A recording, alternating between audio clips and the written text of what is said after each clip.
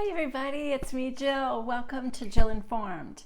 This is the recap of the Real Housewives of Orange County, Season 13, Episode 20, The Reunion Part 2. Okay, so Part 2 is picking up exactly where we left off with Part 1. They get back from their little break and I don't know, Shannon's adjusting her dress or something. Andy tells her, stop it, you'll have plenty of time to play with your boobs. And then he starts off by saying to Kelly, it seems like you and Vicki have more dissension between the two of you than before. And she said, well, I called Michael. And he said, oh, you called Michael? And she said, mm-hmm. And he said that none of that was true. And Vicki goes, well, of course he's going to say that. You think he's going to tell you the truth? And Kelly goes, yeah, I do. Vicki does admit, though, that she's sorry about the cocaine part of it because that was just a rumor she heard. And Kelly accepts her apology, but Tamra goes, are you kidding me? You haven't learned your lesson? Vicki, you got in so much trouble last year for spreading a rumor about Eddie that you didn't know to be true. You just heard it and then you repeated it. And she did the exact same thing. Now, did I really expect Vicki to have learned from her past mistakes? No, of course not. But I was glad that Tamra said what she did. Vicki's response was, come on, Tamra, don't go there. I mean, they're never gonna change, really. Then Vicki makes this ridiculous claim that she has never said anything bad about Kelly in public.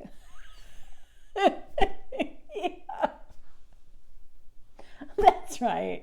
I mean, except for accusing her of using cocaine and being an absent mother. like all within the last 20 minutes. But other than that, oh my God, they crack me up. So we are done with those two for now. And we get Shannon's story. Oh my gosh, her backstory was so unintentionally hilarious to me. That highlight reel is so funny. We see all the classics, like that loud crack you heard when she was trying to pull off her wedding ring. And it sounded like she popped the bone out of the socket. It was horrible. So we got to see that. We get to hear her say, I went from 14,000 square feet to 4,000 square feet. My life is just completely different. Oh, God.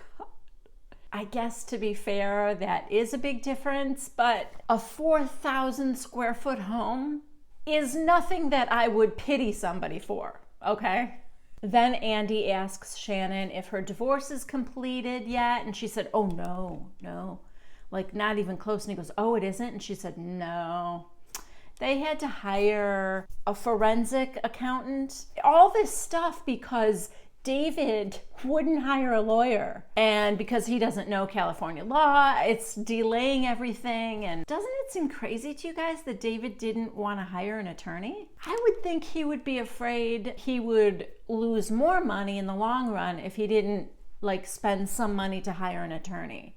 I don't know. Maybe he really does have some sort of complex. Like Shannon said that David just thinks he knows how to do everything. Maybe he does. They talk about the fact that David and his girlfriend moved in together. Shannon says she's okay as long as she's good to her daughters. And then Andy said, did I hear there were rumors that she was pregnant? My God, that Andy Cohen is such a pot stirrer. Shannon, yep, that rumor is out there. And Andy said, do you know anything about that? And oh my God, this was the worst lie ever. She gets this real shady look. She can't even look Andy in the eyes. And she kind of looks down and turns away. And you get this tiny little, nope. Oh, you do know. I mean, I don't know, but she probably is. Anyway, Shannon, you know who doesn't care. All she cares about is whether she's good to her daughters. Has to talk about how, well, they moved into a very affluent neighborhood in a 6-bedroom home, and her children moved in with them. Okay, first of all, her children are really little. Where did she expect them to live, if not with their mother? Anyway, we move on to Shannon losing weight and just really the whole season attaching her self-esteem to how much she weighs. Gina has to weigh in on that. And then they show the clip in Jamaica where Vicki is buying Shannon a souvenir t-shirt and she asks for an extra large. And Andy goes, "What about Vicki thinking you're an extra large and that she's a medium?" And then Vicki's like, "It was a joke." Yeah, it was a joke, except Shannon wasn't even there. Anyway, Shannon said, "Well, whatever. I mean, I had heard a lot worse." So I guess that didn't really bother her at all. We talk about Emily's marriage and who brought up the word abuse. We see that whole scene again. I was just talking about this with you guys last week. They do this like rewind thing, and we see that night, and I thought it might have been Tamra, but Tamra just said, "So are you saying she was in a bad marriage?" Tamra didn't even say abuse. So truly the first person to use the word abuse was Emily. Shannon is talking about the fact that she's in therapy and that one of the things she's working on is being less reactive. So because they talked about her walking away from everything, pulling her microphone off and leaving, and she said, "I'm trying to be less reactive." And Gina, man, Gina is coming after Shannon hard. I mean, in terms of like things that don't even concern Gina. I can understand if we were on the part where we're going to talk about Gina's relationship with Shannon. If Gina wants to come after her hard, then I understand it. But this is stuff that isn't about Gina at all. And she still has to get her little digs in. She's got to get her little comments in. And oh my God, the facial expressions. I don't know if she's trying to show off that she's young enough to not need Botox yet, but she is doing all kinds of acrobatics with this face. Every time the camera is on her, she's definitely letting us know that every muscle in her face is fully functional. So Andy asks Tamra, "Do you think that Shannon is less reactive this year?" And Tamra, good friend that she is, she goes, yeah, sure. Shannon, of course, is like, "Wow, thanks. You don't sound too convincing," because Tamra is being Tamra. So then Andy turns to Emily and he said, "After seeing that clip now and the fact that you were really the one to bring up the word abusive, do you feel any differently now?" And she said, "Yeah, I'm not happy about Tamra's comment," because also Bravo replayed that to the confession cam that night. Tamra herself said that it reminded her of her relationship with Simon, who was also incredibly controlling. So Emily said, "Yeah, I'm not crazy about that comment about comparing him to her controlling ex. I thought it was a bit of a leap after I just said that I wanted to get home to see my children after not seeing them because I work all day." Okay. Except that's not what you said. That wasn't what she said. Bravo just showed the clip again. So we all just saw it. It's all fresh in our minds now. She said, "I have to get home because my husband left work early to be with the kids so that I could be out tonight with the girls." And Kelly said, "No, you said I need to get home because Shane is there with the kids." This part is bizarre. Because after Kelly says that, Shannon said, "You said you were tired because the kids had pink eye and you were home with them all day because your nanny was sick." That's like 3 different stories right there. Then, as if that's not enough, Tamra said, "And then you were just texting under the table, and then you didn't go home, did you?" What? The plot thickens. So Emily said, "What are you talking about?" And Tamra goes, "You went out with your friend, didn't you?" Emily, "No, I'll tell you what happened." Oh God, we're gonna get a 4th story. "I was supposed to meet with Shane's ex-wife about custody, and I didn't really feel like saying that." And Gina goes, "And then I was confused by it." And Emily goes, "But I had the date wrong." You know what? I don't know if this really happened. I don't know if she's telling the truth or not, but this just sounds so much like somebody who's going, just like making stuff up as she goes along. So now she says, but I had the date wrong because it was the following week that I was supposed to meet with her. And so I just went home. And Tamra goes, so you just went right home? And Emily said, yeah, I just went right home. That's kind of where they left it, but what a crazy way to get there. She told like 3 different stories. That's why you should never lie, because it's hard to remember the lie you told 5 months ago.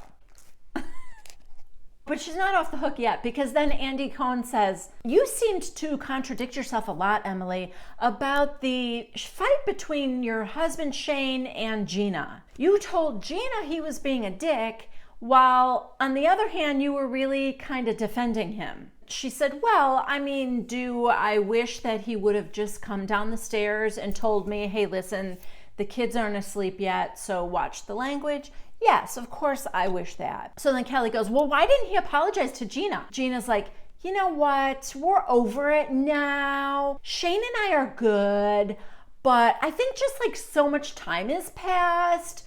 But I do think like he should have apologized to me. Next, Andy asks Emily about her mom, how her mom's doing. And she said that she's doing great now. And she's been FaceTiming with the kids and stuff like that. Talked about Perry. And I don't know if I knew this or not, but Perry and Larry are not Mormons. So I'm also guessing that Shane's sister's not either. I guess they had close neighbors when Shane was growing up who were Mormons. They had 6 kids that were all around the same age, and I guess maybe that's how he got started. Andy asked if Shane wanted to raise the kids Mormon. Emily said that's not something they really talked about, but that she just wants the children to be educated and then they can make their own choice. He also talked about how they got married, that they were just friends for a long time. They worked together, or she worked for him, and then one day on GChat,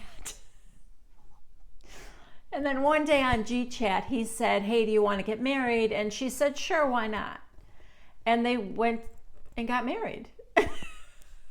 Andy brought up the baby box. He asked the other ladies, how did it affect them, seeing the little footprints and stuff. And everybody said it was hard and they were crying. Gina said, I just wish I could have seen a little more compassion from Shane for you. And Emily said, I understand that. In fact, we go to therapy and that's something that I bring up a lot. And then Tamra goes, it's really kind of sad. You go to kiss him and he turns his head away. I just feel so bad for you. So she said, well, he doesn't like PDA. And then she turns to Vicki and she goes, like Steve. Steve doesn't like being affectionate on camera. And Shane doesn't like to kiss on camera. But, oh God. Okay, guys, try to keep your lunch down. She then says, but he can't keep his hands off me. Like he's always grabbing my butt. Oh God. I mean, I'm glad for her. I always said that I hoped off camera he was kinder to her and more affectionate.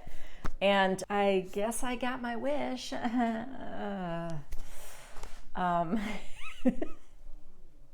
If it was anybody else, but it does, it is a little bit like, a little nauseating, but let's move on.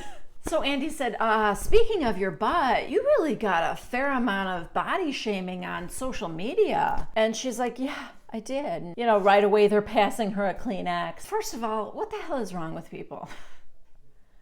Honestly, I get that keyboard warrior bull crap. You feel brave to say whatever you want, but why do so many people harbor so much anger inside? It's like we've just become this nation of angry people. Anyway, she was getting like direct messages from people telling her she was disgusting, she was fat, why does she go out of the house like that? Okay, how many times have we talked about how beautiful Emily is? She's possibly the prettiest housewife on that show. I don't get it. But anyway, she has managed to turn it around by recognizing that she is in a position now, she has a platform where if any teenage girls or any women that are watching the show might ever feel like they are less than, that she's using this platform to kind of empower women to love themselves in whatever body they're in. All women deserve to feel good about themselves, and so that's kind of her MO, which I think is awesome. Next is Tamra's story. Eddie has had his 7th heart procedure. Andy asks, why did you move? And she said it just never felt, that home never felt right to them somehow.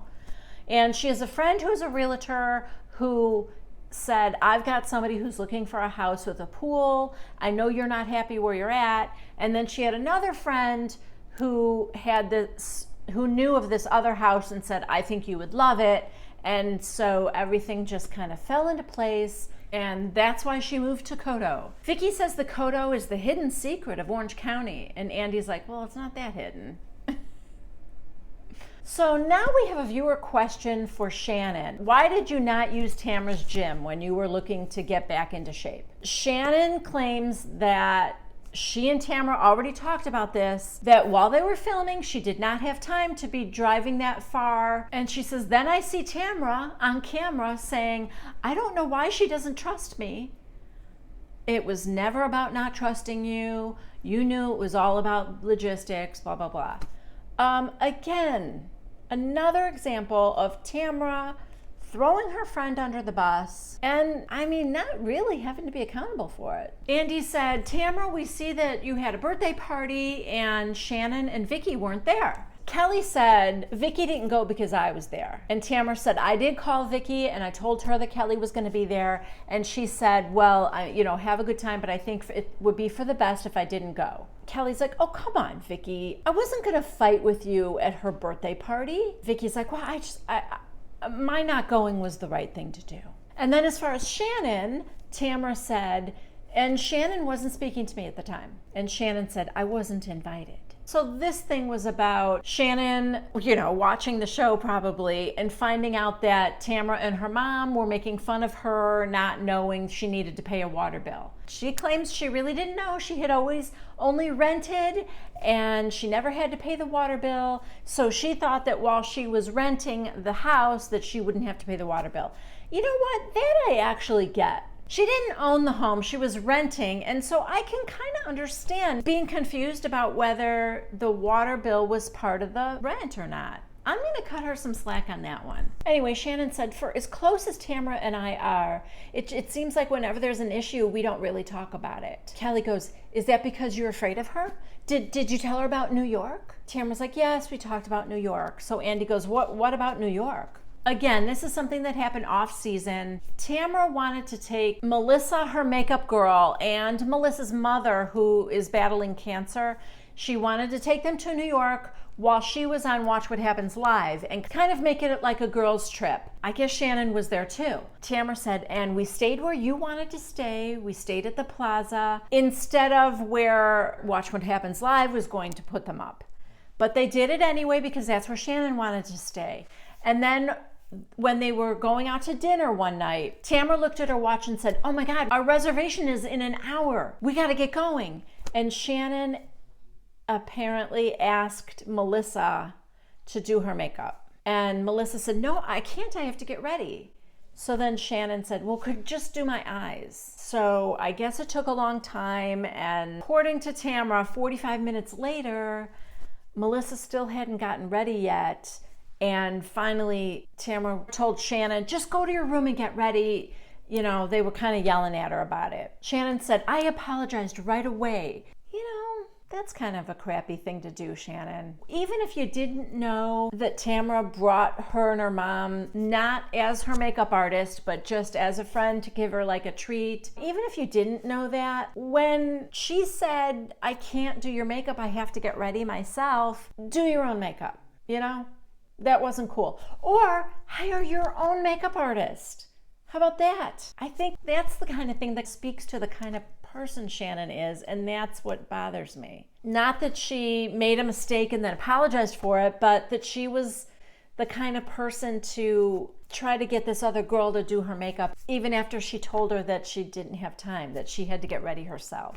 it makes her look like a user, you know? Anyway, according to Shannon, I mean, it's not true. None of it is true. You know, like she said, I apologized right after, and she goes, you just want to make me look bad? Well, mission accomplished. The camera, of course, pans over to the Gina face show yet again. Oh my gosh, she is on tonight. Tamra is now getting kind of agitated and shrill, and she said, this is why I never tell you stuff. Stop saying mission accomplished. I'm not trying to make you look bad on camera.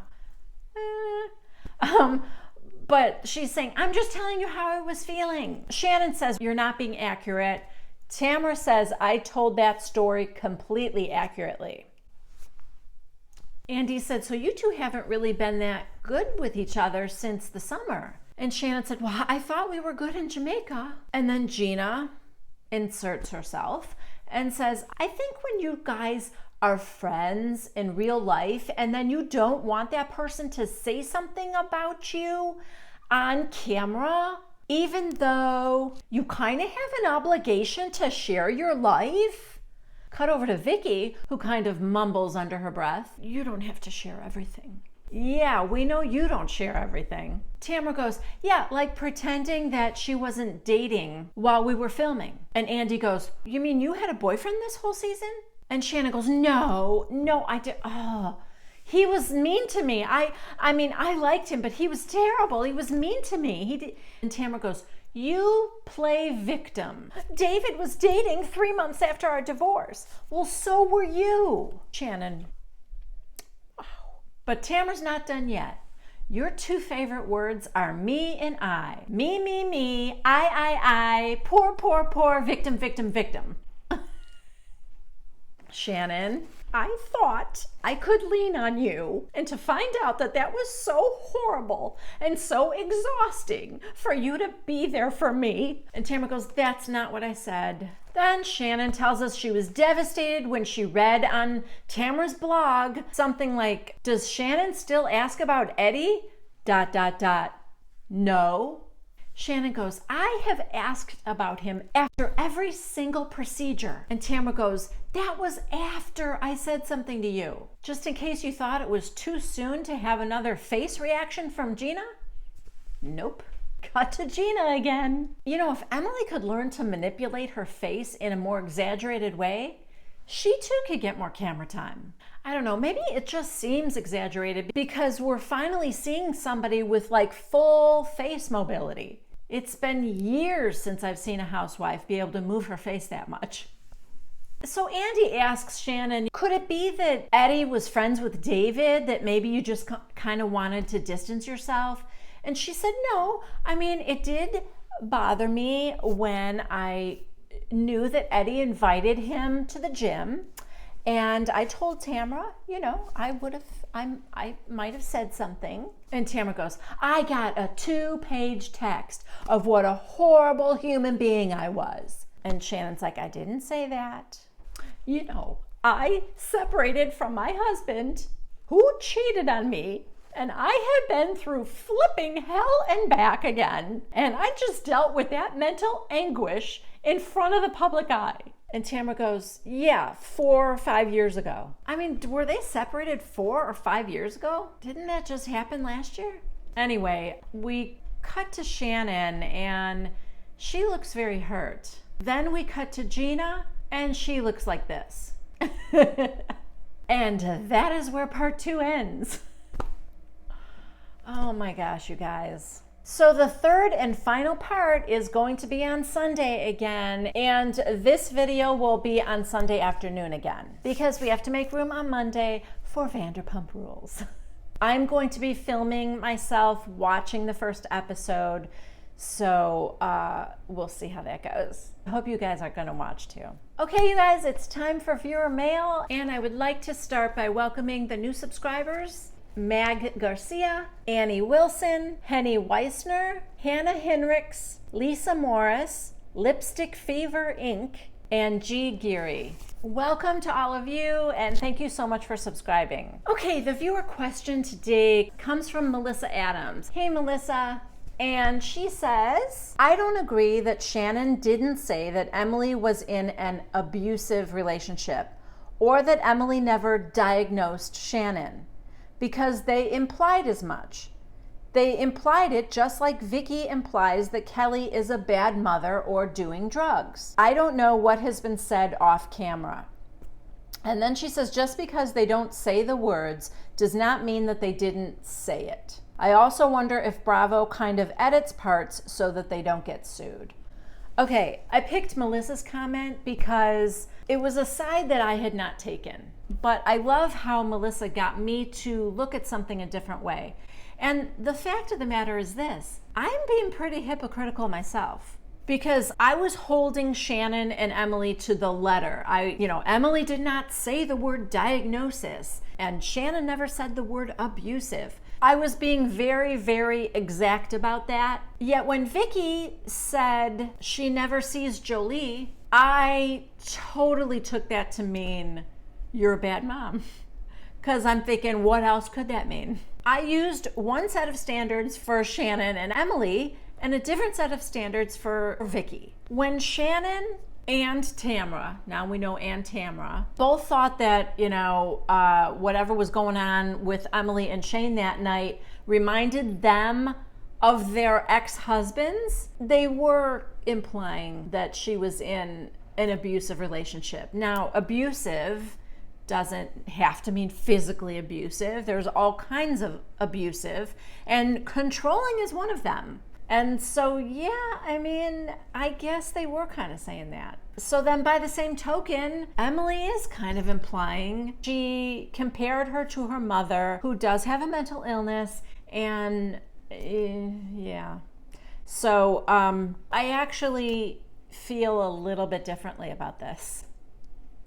I think I was holding Vicki to a different standard and probably bringing my own bias into that because, Vicki's a miserable human being.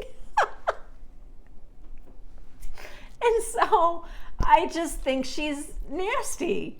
I don't necessarily think Shannon is as nasty, although she's had her moments. And quite frankly, I don't think Emily is nasty.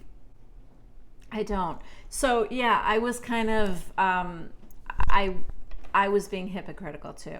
So thank you, because I think you kind of called me out on something, but mostly thank you because you made me look at it differently. And I love when somebody does that. I also just real quick want to touch on the last thing you said was, I also wonder if Bravo kind of edits parts so they don't get sued. That's a really good point, because I think I've talked about that before. We're being spoon-fed just what Bravo wants us to see. And I wonder what was really said. While those ladies were sitting around having drinks at that table after Emily went home to, relieve Shane from watching the kids, maybe somebody did say abusive. So anyway, it was a good point, and it was a great question. So thank you for that. All right, guys, as always, if you haven't yet subscribed to Jill Informed, please consider doing so. If you liked this particular video, please go ahead and click on that thumbs up, and don't forget to leave a comment down below. I love hearing from you guys. I hope to see you next Sunday for the last installment of the reunion for the Real Housewives of Orange County. Bye-bye.